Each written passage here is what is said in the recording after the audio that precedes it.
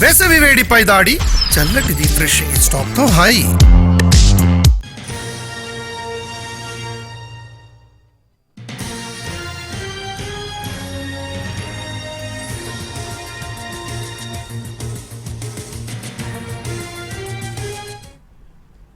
ఎల్లుండి Telangana cabinet meeting జరగనుంది. మధ్యాహ్నం 3 గంటలకు సచివాలయంలో తెలంగాణ మంత్రివర్గం సమావేశం కానుంది.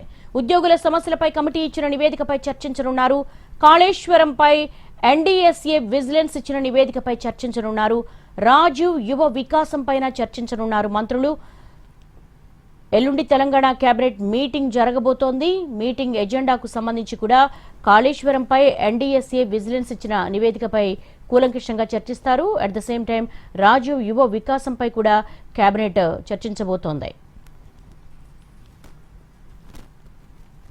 తెలంగాణ కేబినెట్ మీటింగ్ కు సంబంధించి మోర్ అప్డేట్స్ మా ప్రతినిధి చారి నడి తెలుసుకుందాం. చారి, కేబినెట్ మీటింగ్ ఎజెండా ఏం పెట్టబోతున్నారు?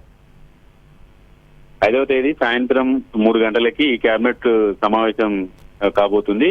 ఇటీవల జరిగినటువంటి మంత్రుల సమావేశంలో నిర్ణయించినట్టుగానే ఎజెండా మీద కేబినెట్ భేటీలో కీలకమైనటువంటి అంశాలు చర్చించబోతున్నారు. ఉద్యోగులకు సంబంధించినటువంటి సమస్యలన్నిటి మీద అధికారులతో వేసినటువంటి కమిటీ ఇప్పటికే డిప్యూటీ సీఎం కి నివేదిక ఇచ్చింది. ఆ నివేదిక మీద కేబినెట్ లో చర్చించి ఉద్యోగులకు ఒక శుభవార్త చెప్పే అవకాశం ఉంది. ఉద్యోగులకు ఏం చేయాలనే దాని మీద కూడా ఈ కేబినెట్ లో చర్చించబోతున్నారు. ఇక రెండవ అంశం, రాజీవ్ యువ వికాసానికి సంబంధించి అభ్యర్థులను భారీగా దరఖాస్తులు వచ్చినటువంటి నేపథ్యంలో జూన్ 2 నుంచే ఈ పథకాన్ని ప్రారంభించాలని భావించారు.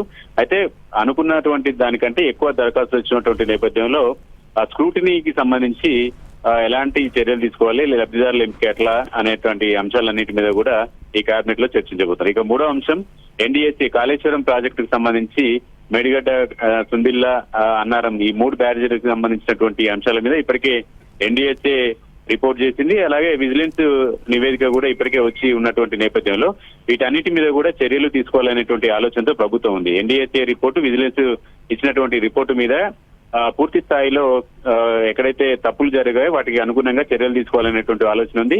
ఈ 2 రిపోర్టులను కూడా కేబినెట్ లో సీఎం రేవంత్ రెడ్డి పెట్టడంతో పాటుగా ఎలాంటి చర్యలు తీసుకోవాలనే దానికి సంబంధించినటువంటి అంశం మీద కూడా కేబినెట్ లో చర్చించబోతున్నారు. కేబినెట్ లో ఈ 3 కీలకమైనటువంటి అంశాలు కాబట్టి ఇప్పటికే ఉద్యోగులకు సంబంధించి చాలా రోజులుగా పెండింగ్ లో ఉన్నటువంటి సమస్యలన్నిటి మీద ఉద్యోగ వర్గం అంతా కూడా ఎదురు చూస్తుంది. రాజీవ్ యువ వికాసం అలాగే ఎన్డీఎస్ఏ విజిలెన్స్ రిపోర్ట్ మీద ప్రభుత్వం ఏం చేయబోతుంది అనే దానికి సంబంధించి ఆ రోజు క్లారిటీ రాబోతుంది. All right Chari, thanks for the live updates.